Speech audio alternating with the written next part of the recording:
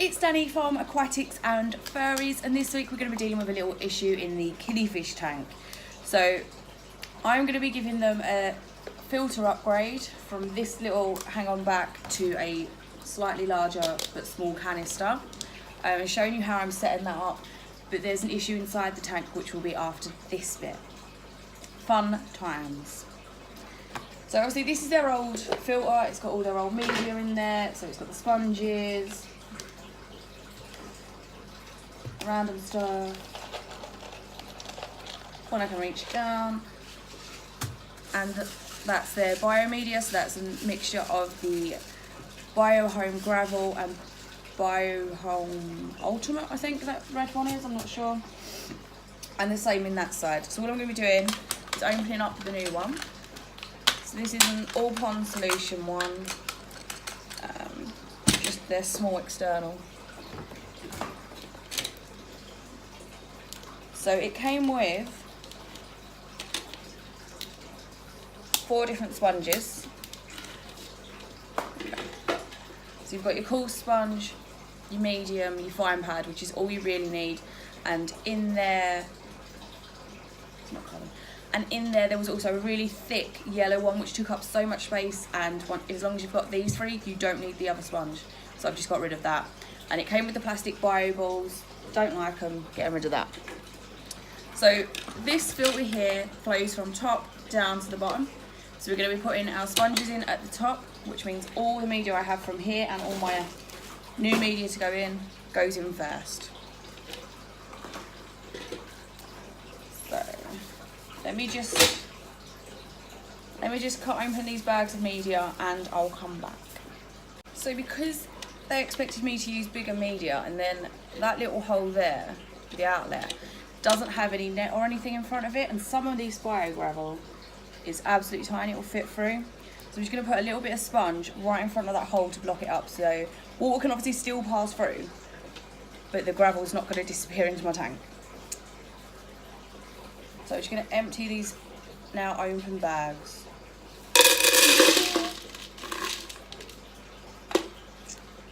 So the reason I use this biomedia and not others is because it's really porous, even compared to, so bio balls are not the best, but they're okay. But even compared to like pumice stone and alpha grog, this is more porous, so it gives a larger area for the bacteria to grow on and helps you actually get a full cycle, not just the ones that get rid of ammonia and nitrite, but as well as these ones can do nitrate as well, as long as you have enough for your system, really. So I'm going to add some of the bigger ones in as well. Again, this is the same Biohome, it's just, I think this one's Ultra instead of Ultimate. It's really big, you can see all the little holes there, it's really porous. Let's check how much room we've got.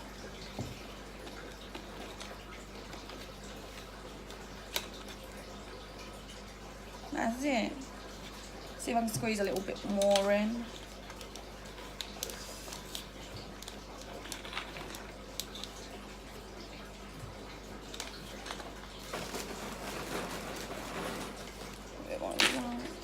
We'll do some more of the gravel, because this is smaller, it gets into more of the nooks and crannies, so any little gaps get filled up. Really, if you can help it, you don't want to be wasting any media space. That looks about right. So it goes in that way up, so it goes through your coarse foam first, getting rid of any big particles, your medium foam, obviously any smaller particles, and then the fine foam to pick up any small particles that are left. Let me just push those in. There we go. And that's it, that's the filter done. If you was going to use any carbon or anything, then you should put that on top, or at least I would. Because if you need to get it out and change it, you don't want it being right down the bottom. There we go, that's it. Just need to fill it up with some treated water now and then get it on the tank, and I will show you it running. This is a week later with no lights on, and that algae is just out of control. So I've done some research. The brown fluffy algae is down to poor lighting. It used to have the aquasky up here. Then I got one of the Amazon, apparently for plant lighting. It's just not working. So I'm going to take all this wood out and just hand scrub it all. Clean up the plants as much as I can and the rock and everything else. I have been doing water changes every other day on this tank as well. And then we'll reassemble it and I'll show you how we go after that. So the wood is back in. I had it out, I took it out, I scrubbed it, I left it to dry out a little bit thinking that will kill what's on the wood, and then put it back in. The wood looks nice and clean and repositioned. Now I'm going to go over and do a little water change through the plants though, because they're still in there. So that's all I'm going to be doing hopefully from now on, is just going over the plants. So I'll keep you updated with how this goes.